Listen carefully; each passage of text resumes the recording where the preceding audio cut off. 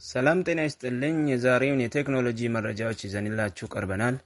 በዛሬው ቆይታችን ቴሌብር አዲስ አገልግሎት እስከ $1 ቢሊዮን የኢትዮጵያ ኤአይ ፋብሪካ እንዳስሳለን። አብራችሁ እንድትቆዩ በመጋበዝ ለቻናላችን አዲስ የሆናችሁት ሰብስክራይብ በማድረግ እንድትከተሉን እያለን በዝርዝር ወደምናቀርባቸው ዜናዎች አለፍን።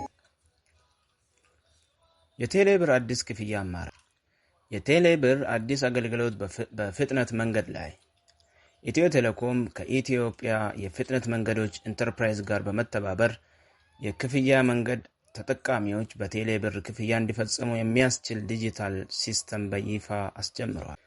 ይህ በሀገሪቱ ያለውን የትራንስፖርት ዲጂታላይዜሽን አንድ እርምጃ ወደፊት የሚያራምድ ነው ተብለዋል። የዋይልድ ቤሪስ ወደ ኢትዮጵያ መግባት። ታዋቂው የሩሲያ የኦንላይን ገበያ ኢኮመርስ ዋይልድ ቤሪስ ወደ ኢትዮጵያ ገበያ መግባቱን አስታውቋል።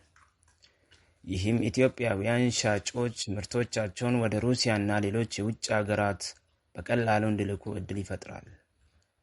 አገልግሎቱ በይፋ ሚያዝያ 7 ቀን 2018 ዓ.ም ይጀምራል። የፋይዳ መታወቂያ ተጠቃሚዎች 37 ሚሊዮን ደረሱ።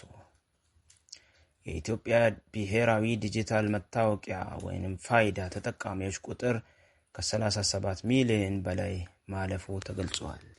ይህም ሀገሪቱ ወደ ሙሉ ዲጂታል ኢኮኖሚ ለምታደርገው ጉዞ ትልቅ ምዕራፍ ነው ተብለዋል። $1 ቢሊዮን የኢትዮጵያ የኤአይ ፋብሪካ።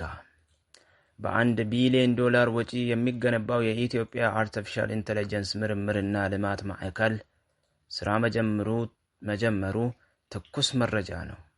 ይህ ፕሮጀክት ኢትዮጵያን በአፍሪካ የቴክኖሎጂ መሪ ለማድረግ ያለመ ነው። በኢትዮጵያ የመጀመሪያው ክሬዲት ካርድ በቅርቡ ሊጀምር።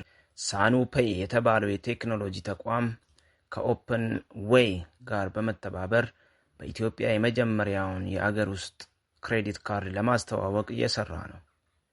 ይህ አገልግሎት ለገበያ ሲቀርብ የባንክ አገልግሎትንና የዲጂታል ክፍያን በእጅጉ ያቀላጥፋልም ተብለዋል።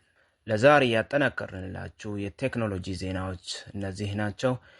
በሌላ ፕሮግራም እስከምንገናኝ ድረስ ቸርን ሰንብቱ።